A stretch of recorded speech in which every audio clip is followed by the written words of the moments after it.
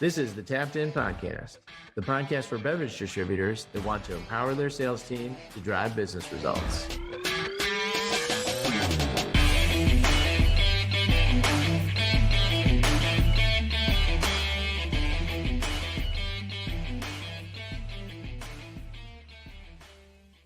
Listen up and welcome back to another episode of the Tapped In Sales Podcast, your podcast for beer distributors by beer distributors. I'm your hostess with the mostest, Bud, here with Moneyball Ross and Data Mike. Boys, we are now into June at the time of the publishing of this episode, and we have probably made it through most of the goal setting for June and kind of the recapping of May and how May played out.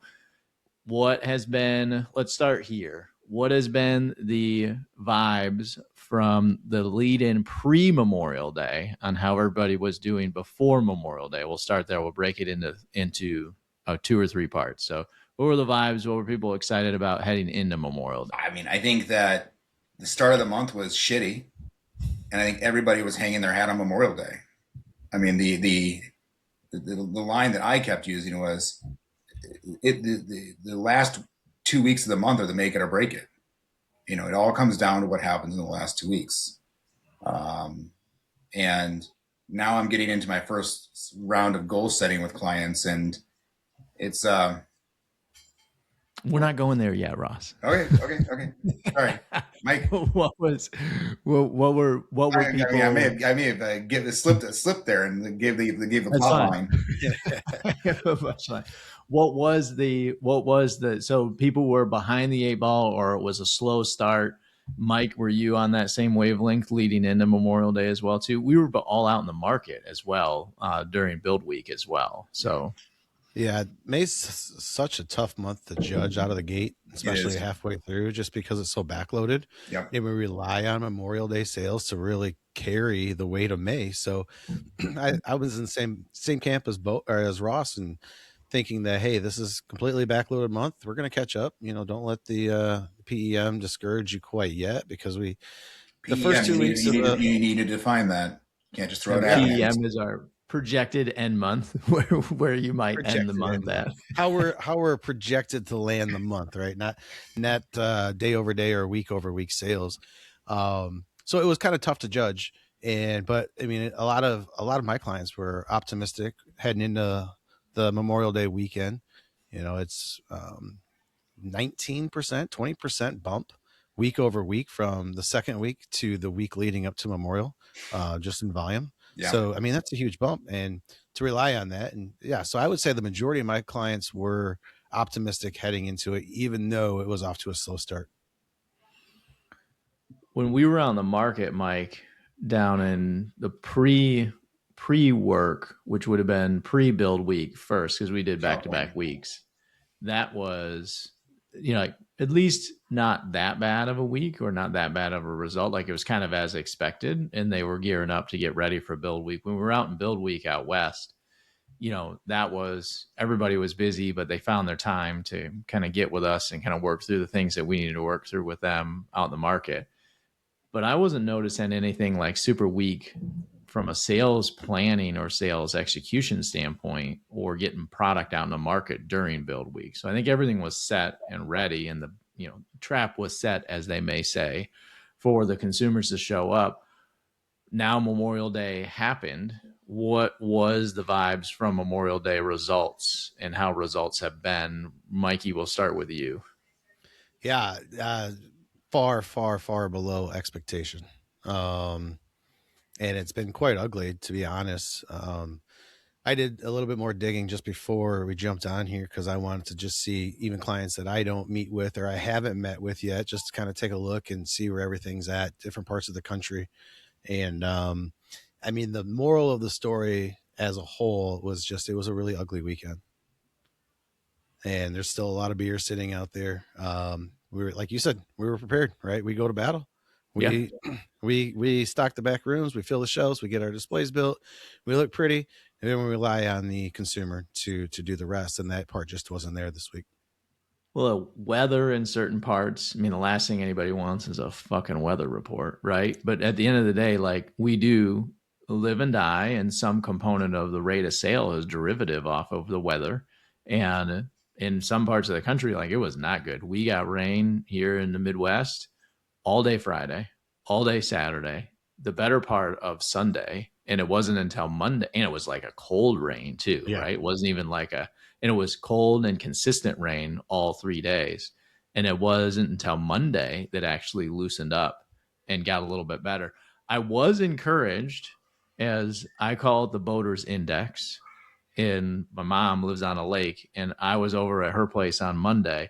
$6 a gallon of gas sure doesn't look like it's slowing anybody down on whipping tubes around a lake right now. So yeah, I'm sure.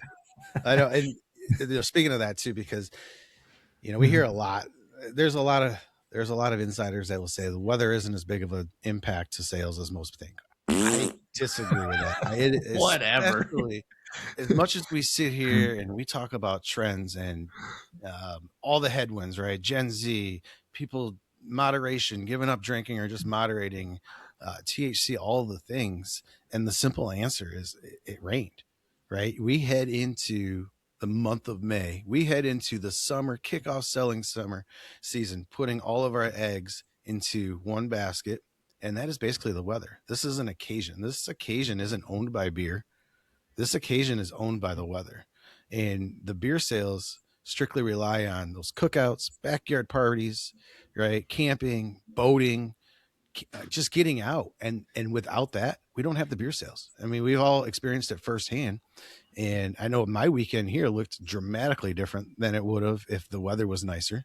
The consumption was way down in my household if we would have been in the woods camping somewhere. And I've heard that across the board. So I did a lot of my client calls were, weather related. Hey, it rained. Hey, it was colder. So I did a little bit of digging just to kind of see what the whole entire country looked like. And from what I found, it said basically the weather, National Weather Service reported over 100 million Americans dealt with some sort of rainstorms or below normal temperatures. It's a third of the country. A big impact because these clients that I was talking to, I mean, it wasn't like they were super local. I know we had bad weather, and they weren't just part of the Midwest. They weren't in the surrounding states. So I started doing some more digging, and I found things like the state of Florida, right, where temperature doesn't really change a whole lot. It might have rained a little bit, but their sales were pretty consistent.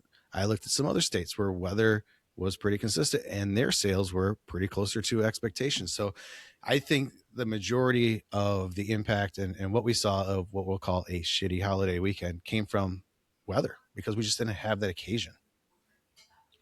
Let me simplify this. You can disagree with me. I'm going to disagree with you. I'm going to simplify the shit out of this. Okay. Yeah. So for the first time, the rags, we saw them say, "Oh, fuel prices are impacting consumption." We were talking about that on this pod 60 days ago, and when we started to see the numbers turn, right after we got out of Q1, and it absolutely, it was the beginning of April and coincided with fuel prices. So let's simplify this. What's going on? Fuel prices still freaking high. Strait still closed. Interest rates highest level in like 9 or 10 years. So inflation, it's back, baby. Consumer confidence, shittier than it was during 07, 08 and during COVID. So you're going to tell me that that's not going to be a freaking headwind to beer sales? So yeah, I'm sure you go to certain markets, it looks like nothing's wrong because we still have this K-shaped economy. So if you are invested in semiconductors, and you're invested in the AI trade, life's pretty freaking good. The fact that the steak costs $50, who gives a shit? Your stock just went up 800%, right? You don't care. Fucking fill that boat up. Both of them up. Buy a new one. I tell you what. The knuckleheads on Gogwag Lake and Battle Creek are not in on an AI trade. They're still pulling tubes with John boats. Well, okay, maybe they're the crew building the data centers. They're doing great too. The guys that went by on a pontoon with a couch on it, it was just a couch on it, they're not in the AI trade. You don't know that. You don't know that. They're the guy. They're the rednecks you want in an actual crisis, though. Just because they know how to enjoy life doesn't mean they're not in on the AI trade. Well, I'll be partnering up with them faster than any of these nerds in the AI trade when the AI apocalypse happens and they take over the world, because those rednecks are going to know how to do things. Getting ahead of yourself. But I mean, I think it goes back to I keep saying on this podcast, or we keep saying that, you may not care about the economy cares about you, and it keeps showing up here, and it's getting worse. The headwinds are getting worse. Now they could shift, but I think we're hitting a breaking point. And going back to my prediction for this year, was this idea, this melt up, the idea that all assets are just going to inflate away, and and essentially it's becoming harder and harder to know what the value of the dollar is. And I think that's playing out in a pretty serious way here. Something's going to break, right? So there's going to have to be some kind of form of yield curve control. So that's the Fed out there buying the long end of the curve, or the Treasury buying it and then monetizing the short end of the curve, to essentially get interest rates under control, because we cannot sit out here at a plus $100 barrel oil and interest rates rising, inflation rising, consumer confidence going down the shitter, and with 1% of the population getting rich as shit. Like, this is going to break. The question around, this is not a political podcast. I'm just saying, like, something has to snap here. Something has to break. Well, it's an economical perspective that plays out in real ways, because what are we doing in beer? We're consuming dollars in some way, shape, or form. There's a limited amount of resources and dollars out there for the consumer to buy anything they could buy, and how we figure out how to get a hold of those dollars is a component of that process. We do have a new Fed chair. So, Ross, you're thinking that the new Fed chair will come in and do quantitative easing, would be what they would have to start to do in some way, shape, or form, or another version of QE in some way. Well, I mean, I think there's a series of bad options. I mean, this responsible thing to do would be to probably raise interest rates right now. Yeah. Which, Trump spent the better part of 2 years talking about how idiot Jerome Powell was, not lowering interest rates, and he's going to put this new guy in, he's going to raise interest rates. I mean, what the hell is he going to call him? Like, I can't imagine. No kidding. The nickname he's going to come up for this guy. Yeah. No, so I think the responsible thing would be to raise interest rates. Inflation's rising. I mean, it would trigger, bank collapse, credit failure. It would make 07, 08 look like a Sunday picnic. So they can't really do that. And they can. I think the most expedient thing for you is what you're saying, Bud, is they won't call it QE, and they won't call it Operation Twist or whatever that Bernanke called it back in the day, but they need to get the long end under control, because that drives borrowing, that drives the housing market. So for everybody listening, that's the 10-year, that's the 30-year. There's just not a lot of demand out on that end of the curve. So the Fed probably needs to be out on the end of the curve buying the long end, which is not what they're supposed to do. What's happening right now is a little bit of stealth QE. The Treasury, if anybody's following along, has been buying the long end of the curve. So the Treasury itself has been buying the long end and issuing the short end, which again is unusual activity, and it's a form of QE. And then the Fed's backstopping it with some short end buying too, which they're basically just calling, I forget what they're calling it, like market stabilization or something, anything to call it what it is. But there's probably going to have to be more of this. But, who knows what's going to happen in the Middle East? I mean, this shit could clear up in the summer and we could be fine. I mean, we've been saying that for 30, 60 days, but I think we just have to I think everybody now has come to the realization that there's not going to be a quick unwinding of this. No. I think all of us hoped that there would be, but I think even the most optimistic people, I think, have come to the conclusion that it is what it is right now. Well, the reality is that Iran and America, they have not figured out how to settle this, or whatever they want to call it, a war or whatnot. You've got Iran thinking that Trump is going to break, related to the challenges that the Republicans may or may not have related to the midterms. And just this week, Trump was like, I don't care what happens in the midterms. I care about solving this. No nukes for Iran. Tough shit. Deal with it. So you've got, which is a really interesting challenge, right? Because other regimes or world leaders around the country, around the world, they don't have the same political cycle that America has, where, you wait 4 years and you get a new president, or every other year, you're going to go through a midterm cycle and you're going to go through a whole change in Congress and power shifts and all this stuff. That plays out really interesting ways in geopolitical arenas, which filter down to us. And in this instance, with $6 a gallon of gas, is playing out in really interesting ways in our industry and how those dollars are getting sucked up. I mean, bring it back to our industry. It's just the consumer is under pressure. The consumer is not feeling good. University of Michigan sentiment shows that. Now, you could argue that it's skewed Democrat, so be it. But you just need to go around the country and you can feel it. That the sentiment's falling. And I mean, I talk about it with clients too, that like tension is high, people are stressed. You can just see it across the marketplace, whether it's be just have a conversation with your neighbor or actually doing professional work like what we come on and talk about the podcast all the time too. and I rarely suggest a book, but there's a great book called When Money Dies. It's about the Weimar hyperinflation. Now, I'm not saying we're having hyperinflation, but the interesting aspect of that book is during the Weimar inflationary period, there was rampant speculation in stocks and assets and those sort of things, and that stocks would fly 800, 1,000%, then collapse 500%, just because it's getting much more difficult to value the dollar, so to speak. Which is the underlying. It's on half of every transaction, and there's almost a contractual understanding that we all have that this is what we earn and spend our labor in, our time, and I think that contract's fallen apart a little bit, and I think we're seeing that a little bit with what's going on here. And this is a long way of me saying that people are pissed off that semiconductor stocks are running 1,000%. And it's watching, the people that hold the assets just run away with it. While things are getting more expensive again, you can't afford a house. Family formation, if you're young, is out of the question. I mean, the things that we've talked about as being uphill challenges of they're getting worse at an exponential rate. And I think it's finally just hitting our core consumer, the beer drinker.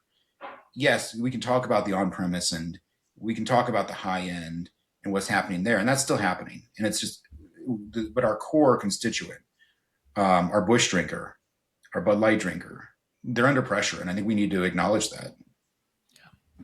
The heart, blood, red blooded American center of the country, non-traditional beer, per the rags, was on fire. You got AB and Constellation that had some incremental single-digit growth.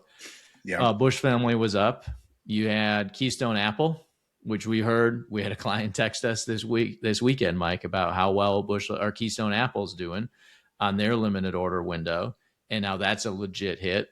Also heard from George and his sons as well. Silver Fox was telling me about how his boys are drinking it, and that's not necessarily their core drink, but they like the flavor change. They like the profile shift, and it gives them something new in that, branding or in that brand segment. They're also excited for the other flavors that are going to come out on the Busch Light side as well. And then the RTD momentum continues to be real, continues to move the needle in a big way.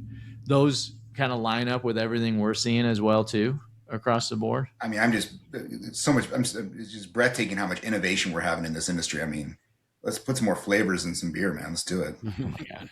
Yeah. I mean, you've got THC stuff, you've got all the RTDs, seltzers, whatever you want to call it, all that different stuff, plus all of the new, there's a whole kinds of umpteenth new energy drinks that are rolling out with, I'm even hearing more and more about the clear protein stuff, which hasn't really made it into beer distributors' portfolios yet, but that clear protein drink is kind of like that proteinification of beverage is coming. And as people figure out that technology and get better at perfecting the clear protein with no milk, no kind of like that Chalky milk powder texture, chunky, and yuck, like protein drink yuck, right? As that becomes more and more a real thing, that's going to be a huge segment at some point in time in the future. Sooner rather than later. Like the vodka Gatorades or whatever we want to categorize. Mm-hmm. Yeah, it's hitting the market too. So interesting to see how that's going to, fit into the market and what kind of traction that's going to gain too. It's interesting though. You said that Busch Family was up in the month of May, despite launching Apple in April this year versus May of last year. I mean, those were some pretty tough comps to go up to have Busch Family up in May. I Or is mean, that a this is year to date number? anecdotal. This is a little anecdotal from the trade press. Are we seeing anything vastly different across our clients? Is it down? Was it flat? Was it up? I mean, Busch has been a hot category. Busch and Ultra have just been the bright points. Yeah. And I don't know if they reflect what's overall happening. I mean, Busch has been on a good trend. I don't know if it's necessarily trading down. I think the brand's just found its moment and its marketing and it's resonating. But again, it doesn't change the fact that the overall trend is down 6% or whatever it is that the trade rags are finally admitting. No. Mm-mm. I mean, I think If the trade down was real, it'd be up even more, and the Ultra would be having challenges. So, exactly. So I think good marketing is good marketing. Good product placement is good product placement. And all the credit to AB. They're doing the right thing as far as marketing. They learned, well, hopefully they learned their lesson with what they did before, and they're properly positioning these brands. I mean, again, credit where credit's due. And Keystone Apple is a great play as well too. It's an awesome like additional product. It's a follow me too product. But hey, why not? Right? Not I like love the timing too. The timing is great. just on point, right? Yeah. Busch Light Apple comes out of the market. It's sold through. It's gone. Boom. You want more? Here you go. Here's some Again, good Keystone. thing. I mean, the marketing was so ridiculous over the top. I mean, I thought it was fake. Yeah, But again, that's I mean, if you're gonna make fun of yourself. If you're coming in and you're gonna play over the top it, freaking go for it, man. Make it so ridiculous. For any dedicated listeners out there, I have to apologize for the YouTube mix up on that episode. I had published the right episode, but the wrong cut of it. I do some stuff in editing, and I had to go back out and republish it. So anybody who ran, I caught it on day 2, but for anybody who ran to YouTube to go watch the ad, I had to repost that on like day 3, late day 2. It was out or something like that. So my bad. I'm being a bad editor, a bad poster on that week to where I had not have that right. So, so that's kind of way Memorial Day played out. That's what happened for May, kind of like a bloodbath with bright spots in certain parts of the portfolio.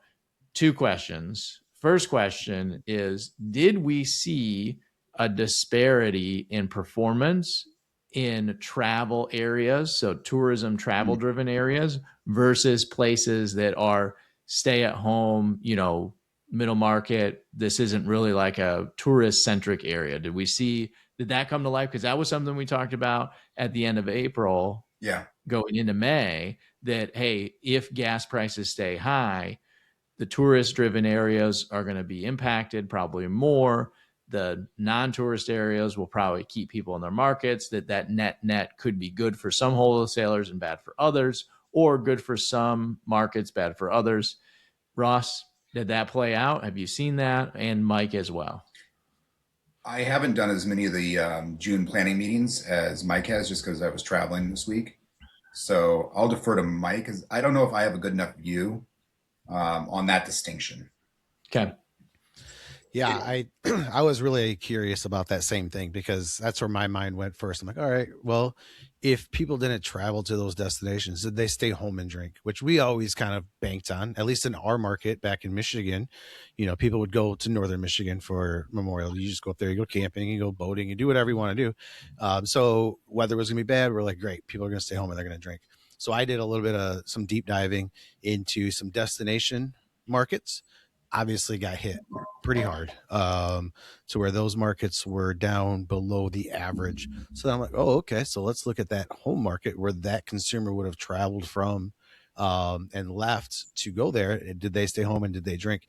Looking at their numbers, no, it doesn't really show in the numbers either. So yes, they probably stayed home, and B, they probably did exactly what I did, stayed home and just worked on the house, right? We were supposed to go camping.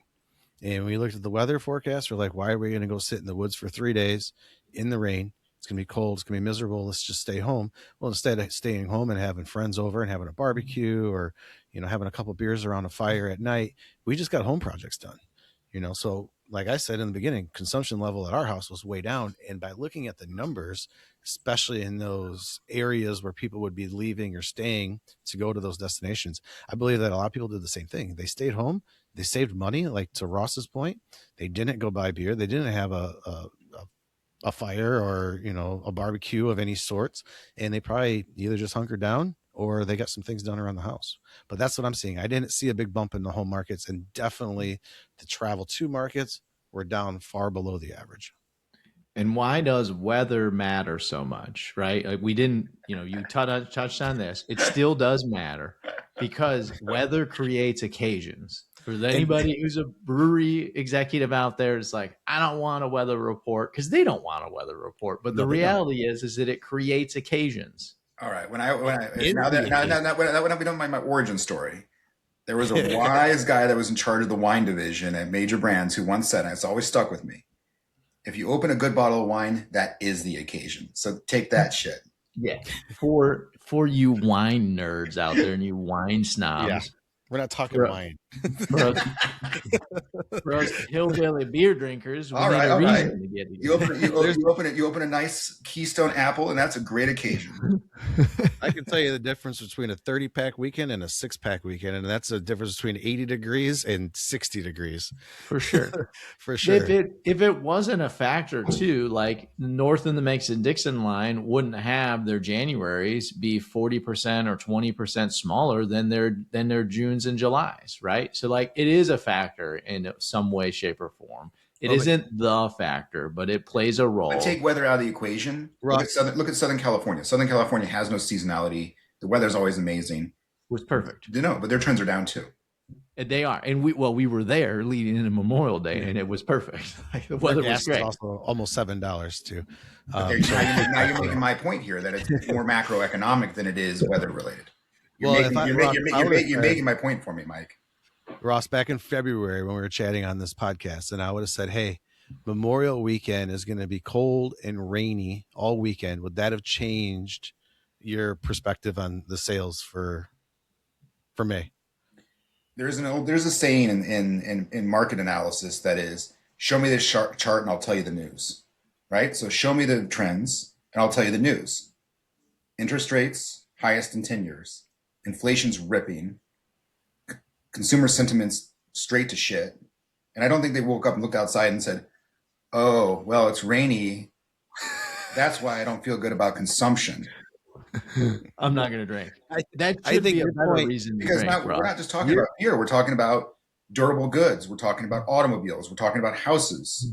And we can't just be like, well, beer is the only category where somebody says, because it's raining, I'm not going to consume. Like, I mean, there's an element of this. I'll give you that. There is an element.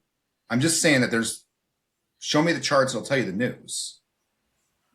I think what you're saying is 100% accurate. When we're looking at a year-to-date, 3-month, last 6-month trend, all of those factors 100% playing in all that. But when we're looking at one single weekend where all of the eggs fall into, can I get outside and drink? A little bit different. That's my perspective. And I'm not discrediting what you're saying at all, because all of those factors are definitely impacting our overall trends from a larger range. But in one weekend, when we need people to just get on the boat or go camping or go to a bar and sit on a patio that you weren't planning on leaving the house for, and it just didn't happen. Well, look into June. We're making our way through goal planning and strategizing how June's going to play out with distributors across the country. What, fast forward, Mikey, looking out into the future, what are we seeing for goals, targets, sentiment planning into June, which will include more of the build week this year for June versus 2025 for the July 4th holiday as well, too. Yeah. And I think before we even go over to June, it's also important to notice that we only talked about results versus expectation, because May, we did lose a day. We lost the Thursday in May. So that was a pretty big impact for the month. Now heading into June, we gain a day, and we gain a really important day. It comes at the very end of the month. It's a Tuesday. So we're stealing a whole build day or a whole day out of the build week of the 4th of July into June this year that we didn't have, unless, and there are some clients that got ahead of the game last year, delivered on a Saturday, so their days are a wash. But for the most part, last year, build week, we only had that Monday in June. This year we have Monday and Tuesday. So optimistic, right? There's also that factor of the optimism where it's like, hey, all right, well, if everybody stayed home Memorial weekend, they didn't really go drink. Are we going to capture that the first week of June? Are they going to say, yeah, let's just push our plans off because next weekend looks better? Let's go get it. So there's that too. Overall, really good optimism coming into June. Plans have been above flat, obviously, because we're gaining a whole day, but also definitely turning around where, targeting trending down to where it's like, all right, now I think we're going to gain some traction. Also, AB distributors have Lime coming out. MC distributors have the Apple that's out right now. So a couple good tailwinds going into June. No, Ross, I mean, I agree. July. I think June's for us to lose. I mean, structurally, it's a perfect setup, and I hope it's a good month because I feel like if we have another May, it's going to be incredibly demoralizing. But again, structurally, this is the perfect setup, and this is and everybody's that I've talked to thus far has been optimistic. I think it's one more last shot to turn the ship. And then let's be honest, if you're north of Florida and Southern California, Arizona, the 3 months of summer is where you make your money. It's the Super Bowl. It's the main event. We've got FIFA. You forgot we got FIFA this month too. Oh yeah. So there's a lot going for June, and it's the first real month of summer, right? This was that Memorial Day was the kickoff. This is now is the block and tackle go time of summer. So May doesn't mean shit if you have a great summer. Yeah. Mm-hmm. So, but again, putting back on my other hat though, is if what I said earlier is right, then those headwinds still exist, and it's going to be interesting to see the way that plays. Well, I like that we're really talking about the various headwinds that are out there, that we're not sugarcoating what the headwinds are. I had something interesting that I found. This is accidental research, all on my own, related to FIFA. Okay, so we're planning a trip to Vancouver at the end of 2025 to go in June, and like right at the end of June up to Vancouver, up in Canada. BC. In BC, yep. So I go to book. This was in November of last year. I go to book hotel rooms. Yeah. And the only hotel room I can find, we've already booked our Airbnb. We haven't booked flights yet, but we're getting ready to. And only hotel I can find, because we're going to do a day in Vancouver before we go out to one of the islands out there and come back, is $1,000 a night at like a Comfort Inn, right? And not to disparage a Comfort Inn, but they're not $1,000 a night. So I poke around. US dollars. This is US dollars. So I poke around at it, and I'm like, oh shit, the World Cup is going to be in Vancouver. And like, this is where all of this like World Cup, like, cause I'm not a soccer guy. I'm not a football guy. I haven't been paying attention to this at all. And all of this comes to life. FIFA did something really interesting with their hotel room bookings. They pre-booked a bunch of hotels. They canceled it. You can now go get a hotel room today at the same place in the same time. And you can find 40 rooms, 60 rooms, 80 rooms, and stay at the Westin or stay at the JW in Vancouver for $600 a night. So I don't know if there's as much demand around the World Cup, at least in that one specific city, as what it looked like there was at the end of last year, because of the way. And then I read a little bit about this, was that FIFA actually had booked a bunch of hotels and then canceled them and released them back to the market, and they haven't been picked back up. Now, I don't know if it's because of the way that they canceled them and had them booked and then canceled them, that people booked a bunch of Airbnbs or found other, ways, but there's a bunch of availability now in that single city. And then I got sick and I got annoyed because we could have gone on this awesome trip we had planned, and now we're staying home, which is fine. So, but I'm like 50-50 right now on how positive or negative the World Cup will be for the market. What's your read, Mike? I mean, my inclination is I think reality is not going to, well, I just don't think it's going to be what people thought it was going to be. Yeah, I did a goal setting session yesterday with a market that the actual event isn't in their market, but within a few miles. So they're going to get the spillover for hotels and people staying there that are going to the event. And They were planning pretty big. They were planning on that part of their market getting pretty flooded. Hotels are already booked up, planning on people coming in, spending some time there, going to see the game, coming back. So it's hard to tell. It could just be Vancouver. Could Well, just be Vancouver. it could be. Well, good. You're not going to go there and drink that Canadian beer. You'll stay here and drink our Nope. beer. I'm gonna stay here and drink America beer. Good old red, Yep. red, white, and blue beer. That's right. Yep.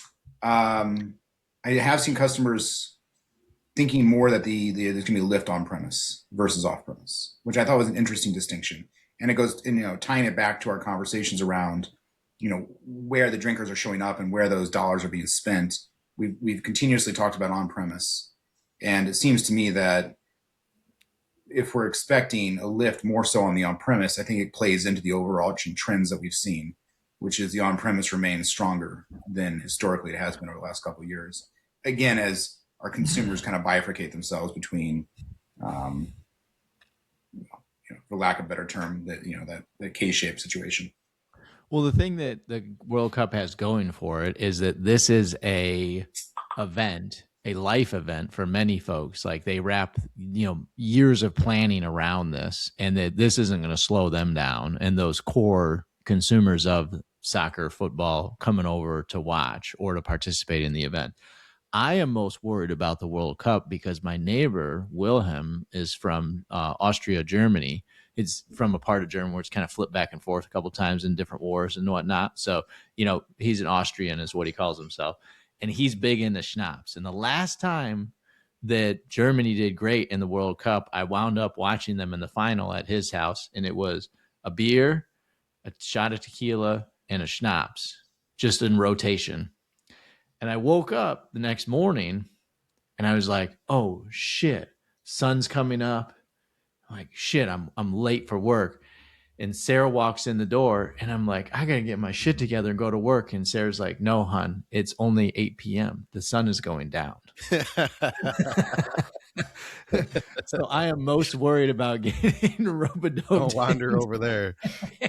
Do another Wilhelm afternoon watching Germany do well in the World Cup again. That's the only thing I'm worried about. My liver's terrified of it. Other than that, I think we'll be okay. I give it a coin flip. I want us to stay close to this story and see how it does long term, and how it plays out for the summertime, because it's a fun story that we'll be able to kind of dissect week by week or month by month as well. Well, and let's also be honest, bud. Who was going to fire you if you didn't show up to work that day? Nobody. Okay. So the other thing we wanted to do as well, which I was really happy that I got a whole night's sleep. And then Wilhelm and I saw each other the next morning when we were in fact hungover going to work. He's like, I'm beat up, Wilhelm. He's like, I don't feel great either. So we've done a segment on this a couple times. Well, let me backtrack one more time. Anything else you guys want to touch on June planning, market news, sales, all that good stuff? Crossing our fingers, diving head in. Yeah, I think I'm choosing to be optimistic because, we need it. Being pessimistic just kind of sucks. We're not assholes on this podcast. The other component of this is that we've done a couple of these before, of that people respond to incentives. You show me the incentives, I'll show you the results. And AI, with Ross and I were chatting back and forth about this today. Just this week, this is picking up more steam, that an AI consultant has revealed that a client has actually spent $500 million in a single month after failing to set employees' usage limits on Claude. Microsoft just terminated all of its Claude, what would they call them, licenses, because the expense is too high. They've already burned through all of theirs. And what, Ross, you found most interesting about this too is that Meta has made token usage a leaderboard. And this is really what we wanted to kind of dig into. Meta has made token usage a leaderboard. Low score means getting fired. So engineers left AI agents running all day to do nothing just to keep their jobs. AI is supposed to replace the humans. Instead, the humans figured out how AI How to game the AI metrics. Nobody's getting replaced. Everybody's burning through cash.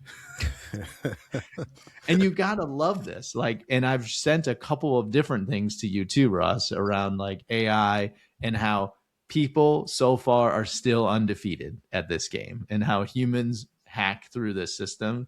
And people respond to incentives, and we talk about this all day long with clients, and we talk about it on the podcast a lot. But this is one of those fun little stories. So anything you want to add to that story around Meta, Ross? I mean, it's what we sell. It's, you know, how you incentivize people is going to give you the outcome that's logical to that setup. And I can't tell you how many people that I associate with that say that their companies are putting incredible pressure on them to max use tokens and leverage AI and become, quote unquote, I'm quoting, air quoting here, AI native. And when you put that out there, people are going to do it. So all these companies are like, oh shit, we're spending just as much on AI compute as our humans now. Well, what do you expect? So I think we're coming into another wave of how people think about this. But I thought what was interesting about the whole conversation was it really does back up what we sell with VXP in our space and the philosophy that all of us share and that we've continued to bring our conversation back to on this podcast, which is how you set up the compensation structure and how you incentivize people and the culture you build is probably the most important thing you could possibly do.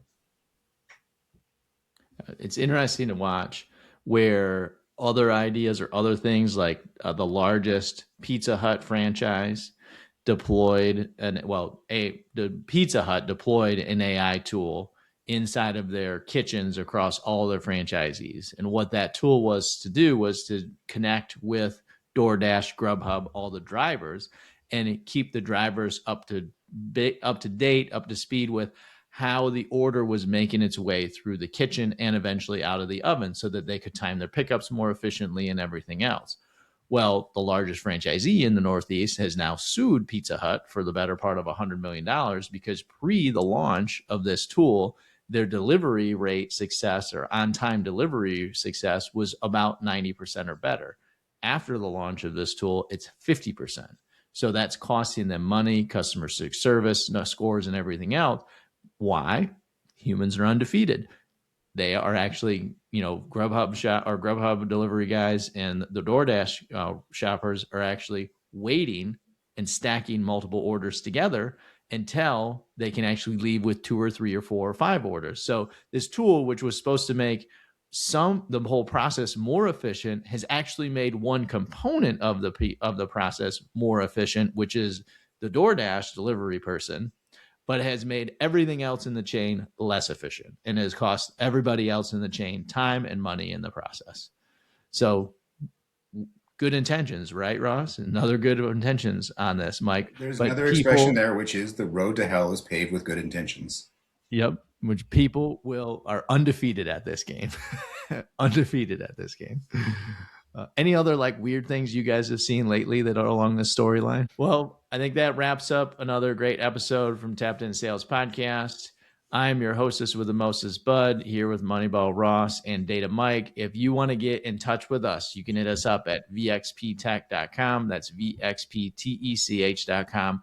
Please share any listener questions, feedback there. We can answer those listener questions on a future episode. We've got a couple good listener questions coming up to tease a podcast coming out soon. We are going to talk about algorithms and AI and how human insights and human knowledge is worth billions and billions of algorithms in my perspective. So we're going to kind of dig into that and have a lot of fun with that as well too. So that should be kind of a fun podcast for next week. It's going to come up very soon. So thanks everybody out there in listener land. Continue to like, listen, and subscribe. Y'all rock. And thank you, boys. You guys rock.